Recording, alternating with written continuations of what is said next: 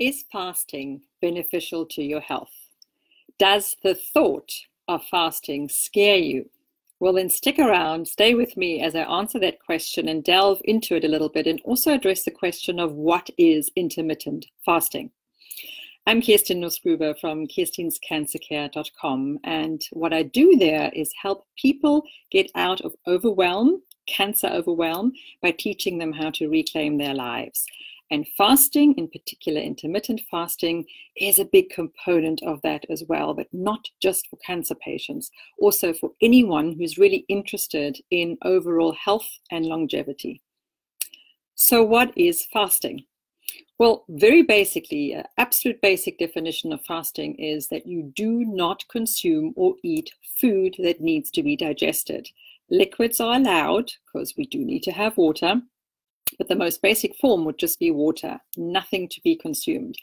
And the human body can really kind of survive without food, eating, chewing, digesting for about 40 days. That's a general figure, of course.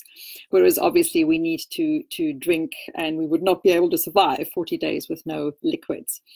So then there are different definitions of what is a full fast, what is kind of a modified fast. But let's look at the origins of fasting. And when we basically look at it, it's been part of our lives for a very, very long time. Fasting is part of all the major religions out there.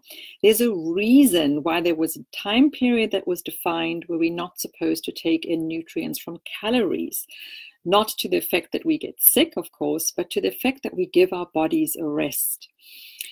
When we were hunter-gatherers, of course, when we were needing to hunt for our food and then had mainly protein-rich foods, we didn't always have food available. It wasn't always abundant. So there were times when we could not eat. That can be determined as fasting.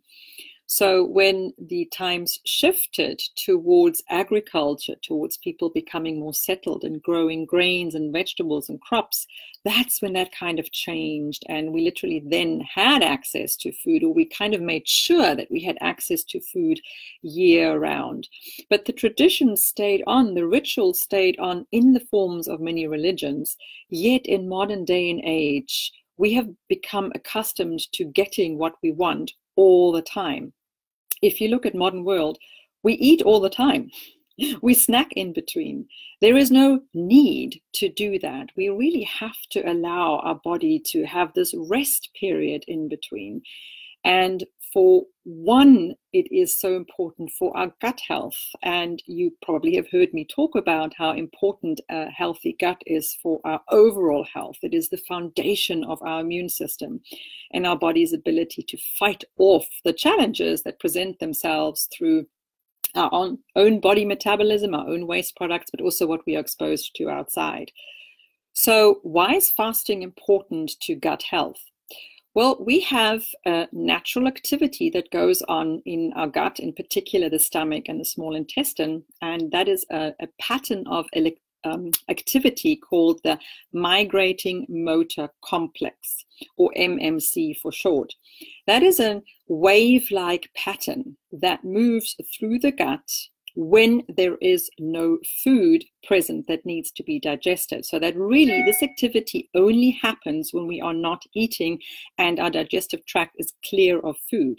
And what this MMC, or migrating motor complex, does, it moves through not just debris, but also pathogenic bacteria. It basically helps the gut clean itself out of unwanted debris and also microbes that could become a problem for us. So just think about it. Sometimes some of us get diagnosed with a condition called SIBO, or small intestinal bacterial overgrowth. And that's when bacteria start to overpopulate certain parts of our gut and are not supposed to be there. And that can cause all kinds of problems, as those that have SIBO know. And it's also very difficult to get rid of.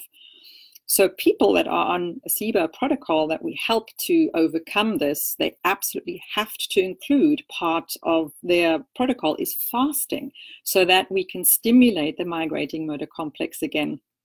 And there's some supplements to boost that along the way as well. So fasting, first of all, is just essential for our normal human health, for our normal gut health. What fasting also does, so in the period where we don't need to digest food, is it causes a mechanism in our healthy cells, because they can't get their nutrients immediately from glucose. That's kind of their first go-to, right? Especially from carbohydrates. That's what they use to make energy. So a switch occurs in healthy cells where if they don't have access to nutrients, they kind of start a self-defensive mechanism. And Dr. Walter Longo, he is a UCLA-based researcher that has done a lot of studies and research over the last 10, 15, 20 years into how the genes in our bodies that respond to nutrients, how that affects our health and our longevity and cancer as well, cancer growth and proliferation as well. And he calls it the differential stress response. That's what happens in healthy cells. They're allowed to switch to this, under the stress of fasting, they're allowed to switch so that they protect themselves, okay, like a self-defensive mechanism. And why we need that is when we are starving. So we have that in starvation, we have that in times when we don't have access to food, and we see that in very lean body mass. Why? Because the cells start utilizing energy from a different source, namely ketones, fat tissue. It starts breaking down the fat storages that we have in the body. And what it also does, it basically causes a house sweeping, a house cleaning mechanism, in that any kind of substances that we have in our body that is not conducive to our health, cancer cells, for example, get broken down because they cannot make this switch. They don't have the ability anymore to switch on the self-protective mechanism to respond, to have this differential stress response mechanism kick in. So it makes them vulnerable. It makes them vulnerable to activity by their own body to try and attack it and break it down. It's a process called autophagy or autophagy, depending on who pronounces it. But also, for example, cancer patients going through treatments such as chemotherapy, for example. Don't we want to have a situation where we are protecting healthy cells, but cancer cells who we're targeting anyway with treatments become more vulnerable, more receptive to the damage caused by cytotoxic treatments such as chemotherapy. So that is why fasting in itself allows the body to protect itself, allows healthy cells to protect itself, go into a kind of a self-defense mechanism, and also creates a process inside the body where it starts breaking down unwanted matter, unwanted debris, including cancer cells and the remnants of that as well. So that's quite important to know too. So it also helps the body in detoxification, because when the body starts to break down fat cells and get energy from fat, toxins are stored in fat or adipose tissue. So they get released, they get broken down and can be eliminated through the body's channels of detoxification if they are working properly. So there are lots of benefits to fasting, and I'm sure you want to know what type of fasting is the most effective. And here, let's focus on one thing first of all. Fasting needs to be considered if you have certain health issues, of course. And fasting can include anything from doing a so-called intermittent fast, meaning you're fasting in between eating, or it means doing a whole day fast, or even longer than a whole day fast, where you're just consuming liquids. And that, again, needs to be considered, because not everyone can do that. You could have some severe side effects from that, because what happens when the body goes into this mode, this protective mode, is, and then toxins are released. So you could have lots of side effects going on. It's often called the Herxheimer reaction. It's when we are forcibly detoxifying the body and toxins get released, and the clearance, the clearing systems, organs of detoxification can't keep up, and the toxins now have been released, but they're accumulating in our blood and they're actually causing a bit of havoc there. So we've got to be very careful with that. But what I recommend my clients do, and what is proven to be very, very beneficial for us cancer patients too, is this intermittent fasting. And what is that? So basically, it means that in between eating, you don't eat, you fast. And that can be done on a very regular basis. And the most effective way of doing that is when you're sleeping, because then it's a natural form of fast anyway. You're not taking any nutrients. And your body's actually able to repair itself. It's able to, it doesn't get fed anything that can turn to glucose from the nutrients. So it has to use stored body reserves. It's actually a very effective period where the body can start to regenerate. The migrating motor complex that I mentioned earlier on, this wave-like pattern that moves through especially the stomach and small intestine, that can be active during this time period as well. So why not use that as an opportunity to fast and to incorporate this in our everyday lives? It's very easy to do. However, we have to understand too that there needs to be a minimum amount done here in order for the body to really reap the benefits.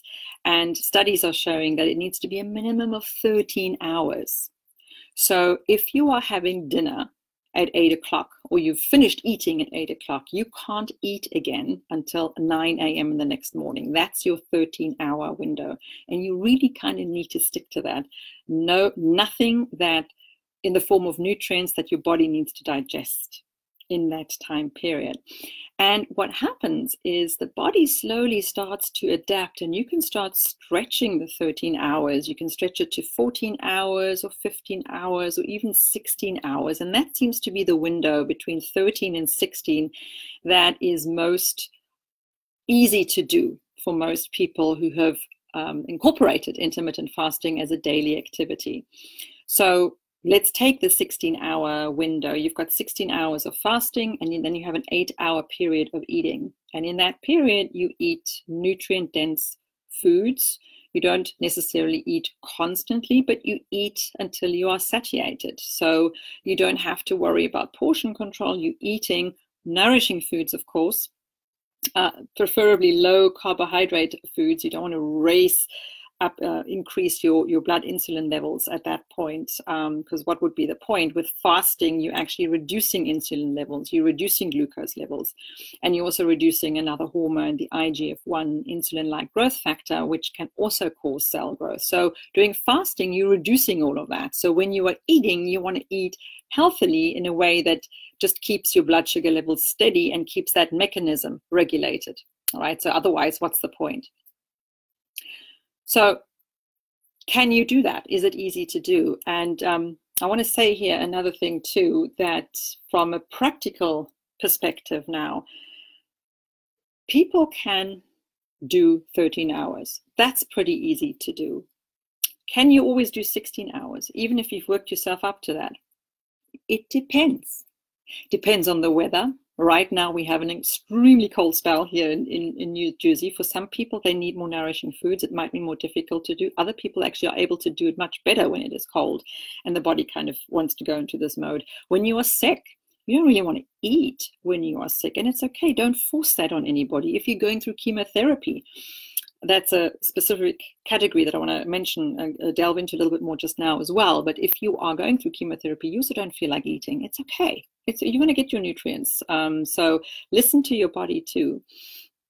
But so sometimes the 16-hour period might be too long of a stretch. Some people can easily adapt to that and incorporate that every single day, and others fluctuate. So I belong more to the fluctuating group. I can always do 13 hours, no problem. However, can I always do 16 hours? No, I don't force it. It really depends also when I had my last meal at night, what that meal consisted of. Did it have adequate fat in it, for example, healthy fats, of course, and when did I consume it? So the ideal time period in which you want to stop eating to really reap the benefits of this overnight intermittent fasting is about 3 hours before you go to bed. Stop eating. Okay, that's also the most efficient way of kickstarting this migrating motor complex, this sweeping activity in your gut. You don't want to eat too close to bedtime, in other words. If you are someone who has to take medications at bedtime, you have to obviously take this into consideration and do it with something light. Maybe just do a little scoop of almond butter. But don't eat anything big. You don't want to have a whole meal close to bedtime. So that needs to be adjusted then too. If you're someone who suffers from blood sugar imbalances, again, we need to be a little bit careful and observe yourself, monitor yourself, and maybe you need to ease yourself into this intermittent fasting. You might not be able to even start with 13 hours in the first instance. It doesn't matter. Right? Start with the 12-hour period of not eating and slowly move yourself into that direction until you can kind of set your standard of minimum of 13 hours. Why? Because the research shows that that's really when the positive effects and the benefits of intermittent fasting really kick in, and then maybe stretch it longer and see how that takes you.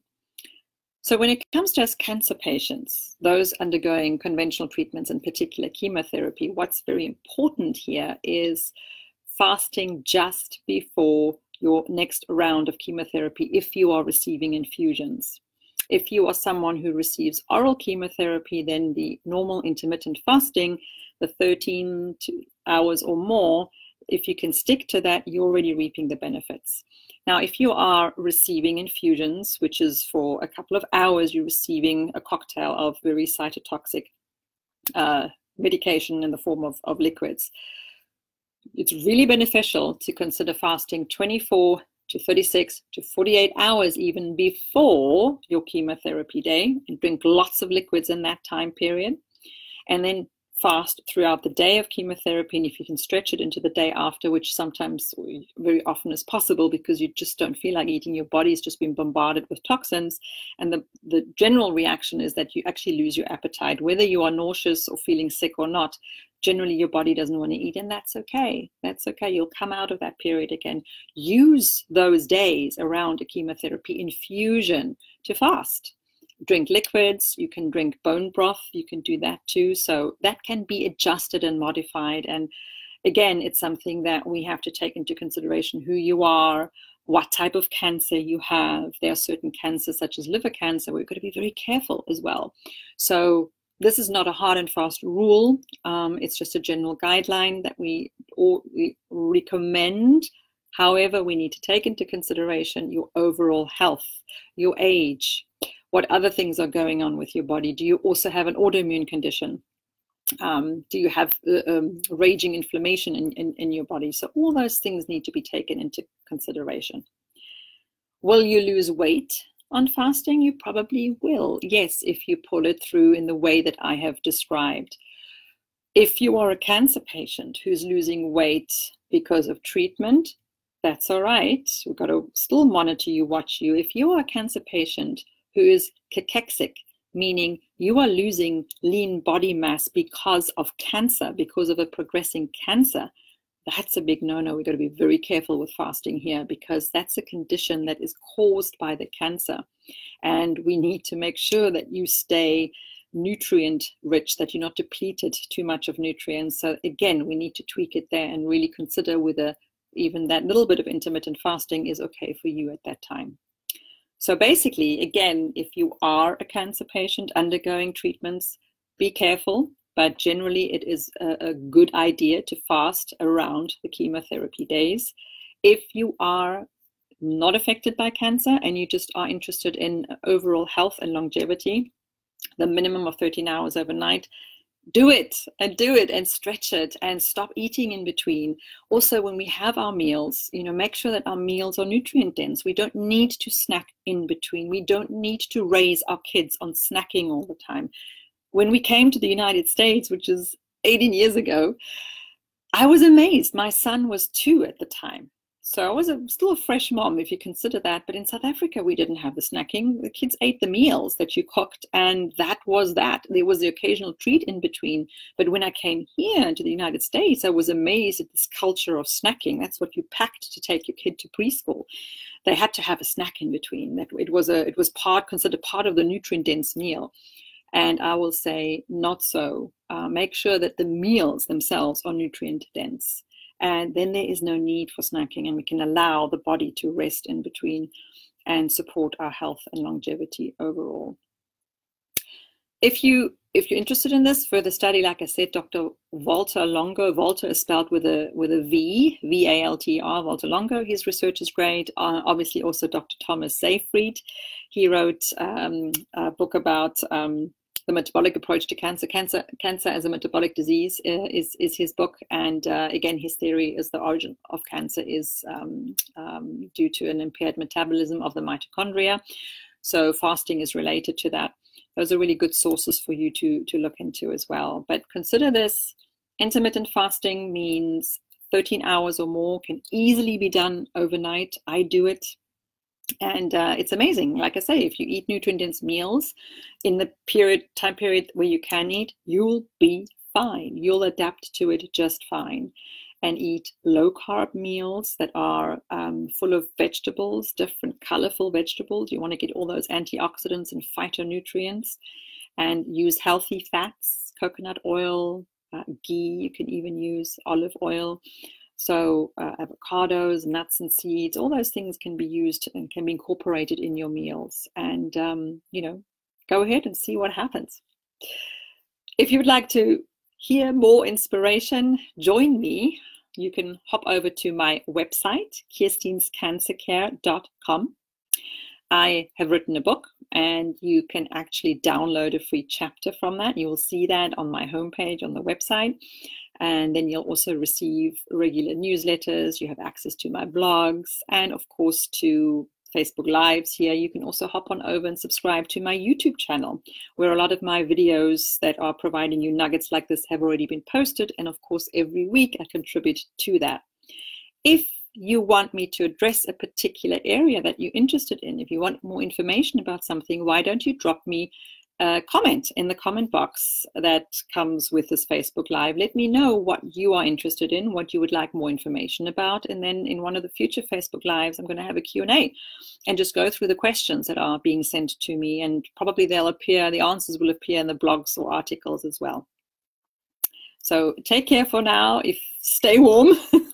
It's very important to do that right now. Stay nourished and stay hydrated. Enjoy that cup of warm tea that warms you from the inside. And take care for now.